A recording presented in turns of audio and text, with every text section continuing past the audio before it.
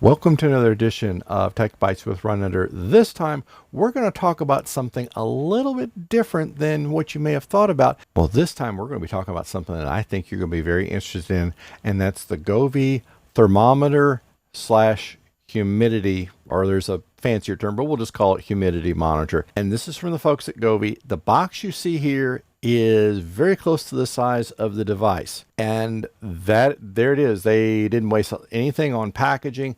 There is a small loop here that you can attach to it, so you can hang it from a doorknob, a nail on the wall. So when you need to check different parts of the house, you can move this very easily. The plus side to this is it does use 3 AAA batteries, so in the interface, which we'll see here in just a moment, will tell you what you need to look at in terms of battery condition. In fact, let's just go ahead and switch on over here. This is the interface. Now I've got 2 sensors up and running now. It initially the app talks to the device using Bluetooth for configuration, which I really prefer, because that way you don't have to worry about switching SSIDs back and forth like you do with some of the other smart home gear. It tells you if it's seeing it over Bluetooth, if it's got it on Wi-Fi, which it only supports 2.4, but you know what? That's not a bad thing, because 2.4 has a significantly longer operating range to it than 5 gigahertz does. And for this kind of device, I'm more concerned about how far I can be from the access point instead of how fast you go, because you're not going to have that much data throughput going on. And it tells you, more importantly, as you see right there on the screen,